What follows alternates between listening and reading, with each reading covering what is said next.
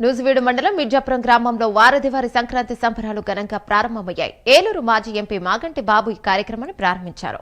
సంక్రాంతి సంబరాలలో భాగంగా పలు జట్ల మధ్య కబడ్డీ పోటీలను నిర్వహించారు. నూజివీడు నియోజకవర్గంలో మొదటిసారిగా సంక్రాంతి సంబరాలు ఘనంగా నిర్వహిస్తున్నామని వారధి కమిటీ సభ్యులు తెలిపారు. దేశ విదేశాల నుంచే కాకుండా చుట్టుపక్కల రాష్ట్రాల నుండి కూడా భారీగా ప్రజలు వచ్చి ఈ సంక్రాంతి సంబరాల్లో పాల్గొంటారని తెలిపారు.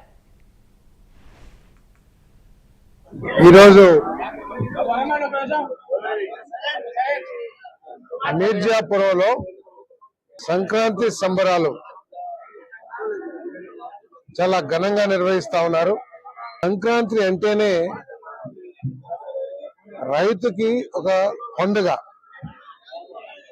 తను ఆరుగాలం కష్టపడి పండించిన పంట ఇంటికొచ్చే రోజులు. ఇంటి నిండా ధాన్యం, ఇంటి నిండా బంధువులు, పిల్లలు, చాలా కోలాహలంగా ఉండే కుటుంబ సంస్కృతి ఈ సంక్రాంతి పండుగకి ఉట్టిపడుతుందని చెప్పేసి మనం చేస్తామని నేను.